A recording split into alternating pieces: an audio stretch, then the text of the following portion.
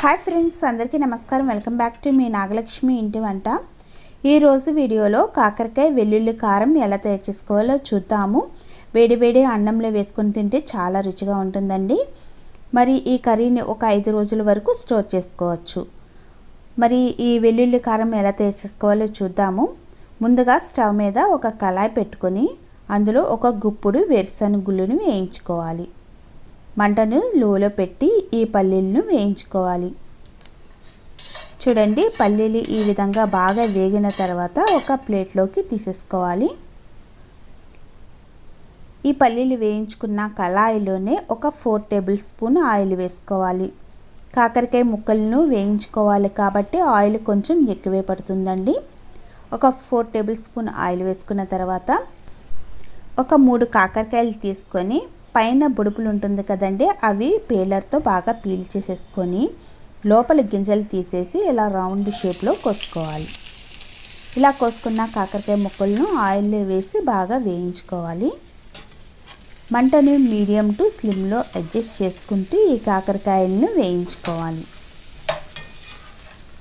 ఈ కాకరకాయ ముక్కలు వేగేలోపు వెల్లుల్లి కారం ఎలా తయారు చేసుకోవాలో చూద్దాము.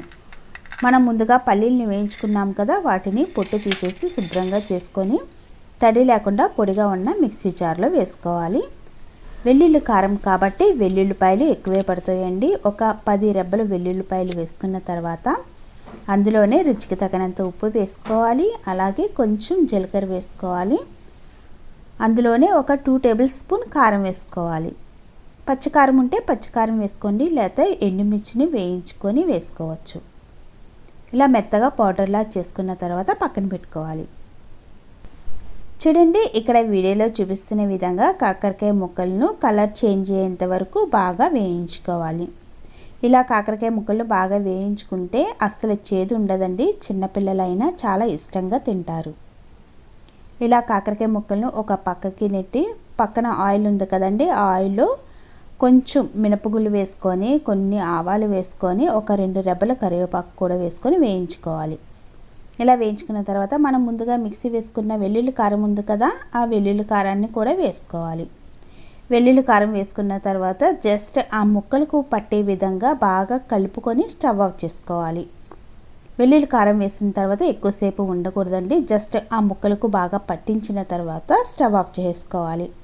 అంతే, ఎంతో రుచిగా ఉండే వెల్లుల్లి కారం రెడీ. ఈ వీడియో మీకు నచ్చిందా? మరి నచ్చితే వీడియోకి ఒక లైక్ ఇచ్చి మన ఛానల్ని సబ్స్క్రైబ్ చేసుకోండి.